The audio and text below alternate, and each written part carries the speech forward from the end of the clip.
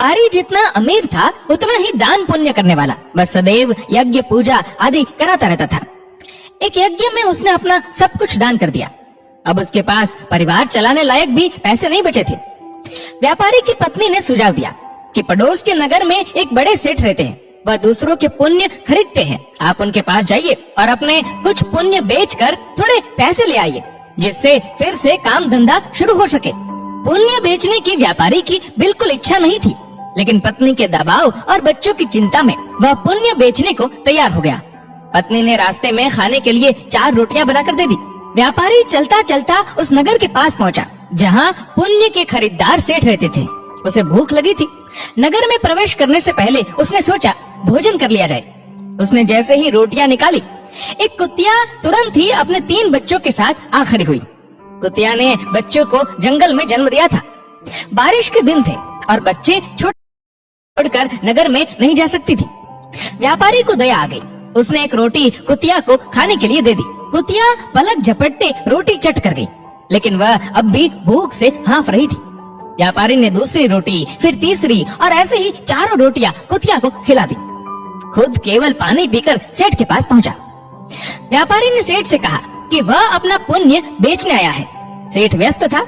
उसने कहा कि शाम को आओ।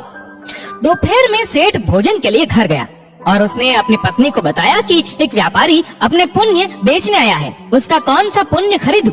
सेठ की पत्नी बहुत पतिव्रता और सिद्ध थी। उसने ध्यान लगाकर देख लिया कि आज व्यापारी ने कुतिया को रोटी खिलाई है।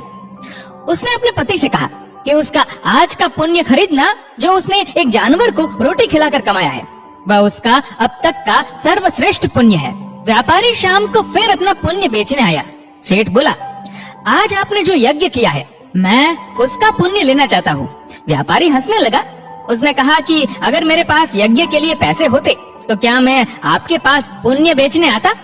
सेठ ने कहा कि आज आपने किसी भूखे जानवर को भोजन कराकर उसके और उसके बच्चों के प्राणों की रक्षा की है, मुझे वही पुण्य चाहिए। व्यापारी वह पुण्य बेचने को तैयार हो गया। सेठ ने कहा कि उस पुण्य के बदले वह व्यापारी को 4 रोटियों के वजन के बराबर हीरे मोती देगा। 4 रोटियां बनाई गई और उसे तराजू के एक पलड़े में रखा गया। दूसरे पलड़े में सेठ ने एक पोटली में भरकर हीरे जवाहरात रखे। पलड़ा हिला तक नहीं। दूसरी पोटली मंगाई गई, फिर भी पलड़ा नहीं हिला। कई पोटलियों के रखने पर भी जब पलड़ा नहीं हिला तो व्यापारी ने कहा, सेठ जी, मैंने विचार बदल दिया है, मैं अब पुण्य नहीं बेचना चाहता। व्यापारी खाली हाथ अपने घर की ओर चल पड़ा।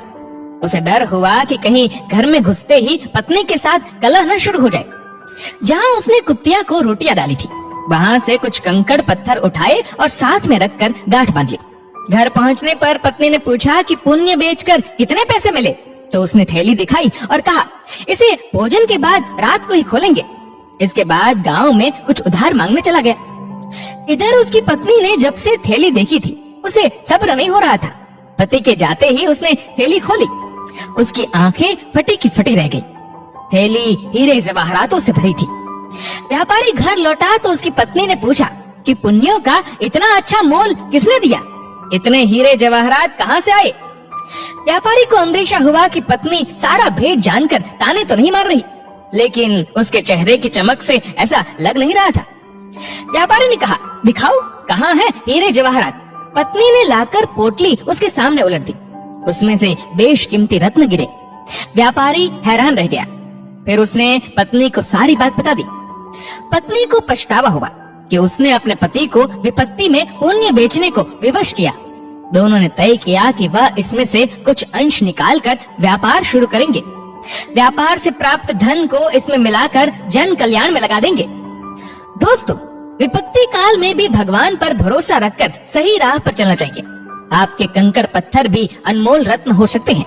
इस वीडियो को लेकर आपकी क्या राय है, नीचे कमेंट करके जरूर बताएगा।